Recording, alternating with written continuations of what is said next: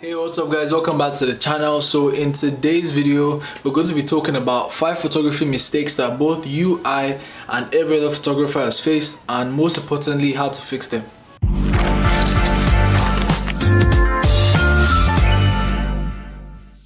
So guys, the first mistake on my list is not shooting in RAW. So I know that you've heard this many times, shooting RAW, but I'm going to explain what RAW is. So RAW is a file format that captures all the image data on the camera sensor when you take pictures. So if you have pictures maybe in bad lighting, you'll be able to recover most of the information in the picture and you'll be able to produce higher quality images, unlike when you shoot on JPEG. When you shoot on JPEG, the file is compressed, all the data is compressed, so you lose a lot of information and you won't be able to recover most of the lost data. So shooting RAW.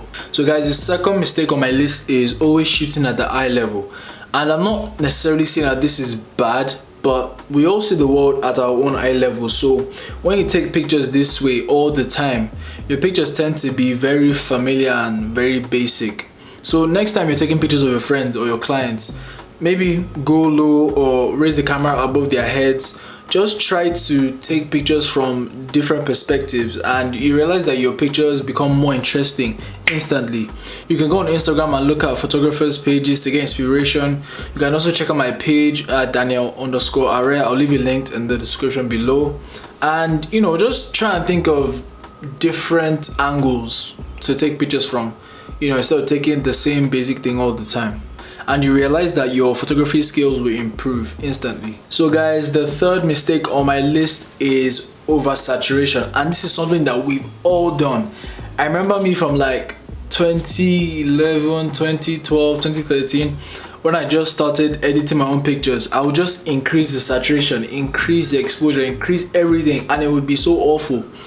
But I know that there are a lot of complex explanations for the difference between saturation and vibrance. So I'm just going to make it very simple for you guys.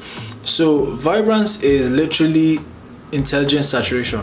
When you increase vibrance in your pictures, it increases the saturation of the colors in a subtle way while still protecting the skin tones. And if this is your first time of hearing saturation, or all these terms I'm using are confusing you, or you're using Lightroom and you're not still sure how to navigate the software, click on this card where I show you the Lightroom basics. Now that I've told you the difference between saturation and vibrance, I'm sure I know which one you're going to lean more towards. Now for demonstrative purposes, I'm going to leave two pictures here. The picture on my right hand side is oversaturated, and the one on my left hand side, I just put some vibrance on it so you can see the difference.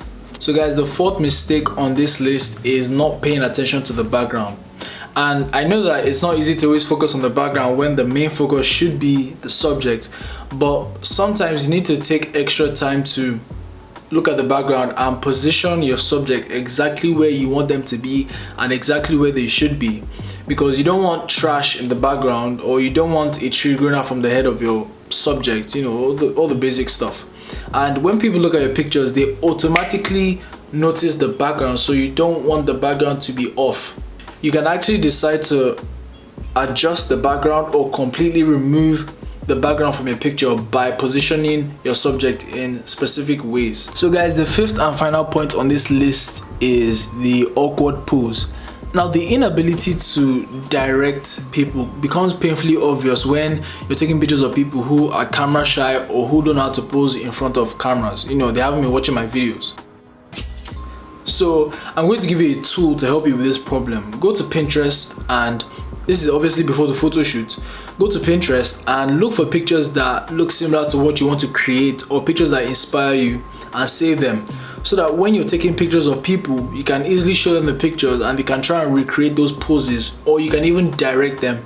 And they might not be able to recreate them exactly or perfectly, but you'll be surprised with the pictures that you come out with. And this just makes the job easier for both of you, and it eases the tension. It doesn't make it so awkward when you don't know what to say and they don't know what to do. So we've come to the end of today's video, guys. If you enjoyed this video, don't forget to leave a like, don't forget to subscribe, and don't forget to comment down below if you found this video informative and you enjoyed it. Don't forget to share with your friends to support my channel, and don't forget to follow me on Instagram at Daniel_Are. I'll leave it linked in the description below, and I'll see you guys next week. Peace.